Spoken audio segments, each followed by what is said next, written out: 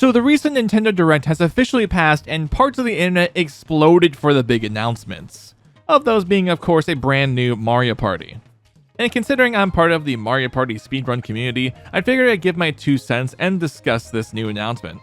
It's unfortunate I wasn't able to stream the Direct because I just got out of work, but I'm glad that I've made this video happen, and it's better late than never, I suppose. Mario Party has been a franchise that I've had a lot of passion for, and ever since running some of the games, it's begun to grow over time. It basically started when I was a kid getting my first game systems, and I remember the times I went to my cousin's house to try a game on one of the boards in Mario Party 2. But it was around the time when I started taking streaming seriously that I really wanted to push myself and become a Mario Party runner. I remember seeing some PBs from Airshock and Somewhat, as well as newcomers to the community like King of Flub. One game that I did run for a little bit and gave up soon after I focused on 4's story mode was Super Mario Party. Now for those who've never played this entry before, it's basically the same experience that you'd have playing Mario Party 8, but way more jank. While it was nice that it brought back the beloved format the games were known for, it's unfortunate that most of the minigames required Joy-Con usage. In terms of runs, I tried practicing Challenge Road a few years back, but realized it was not for me and ran River Survival instead. I did try to go back, however, and do some more practicing, but to no avail as I grew increasingly frustrated with it. Then later on in the same year, Mario Party Superstars dropped for the Switch with a lot of minigames and very few boards. It was great that there were a lot of minigames to offer, especially for newcomers, but there was always something missing beside the lack of maps that most people were upset with.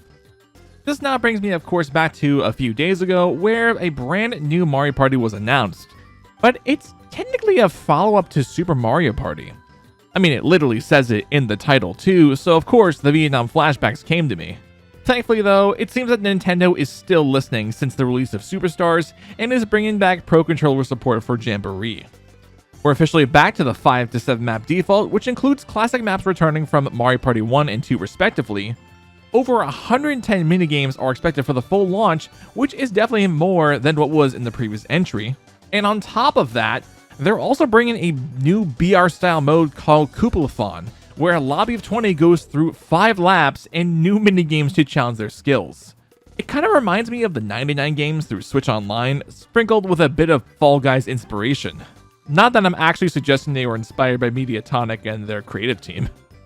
I can't really say for sure if the runs are going to be as optimized as they were for Superstars, but what I can say is I will most likely be running a category by the time the game launches. In the meantime, however, I'll be pulling out my older Mario Party games and start running them once again. If you want to see me run one of these games live, my Twitch is a good place to go watch them. Thank you so much for liking and subscribing, and I'll see you all in the next video. Bye everyone.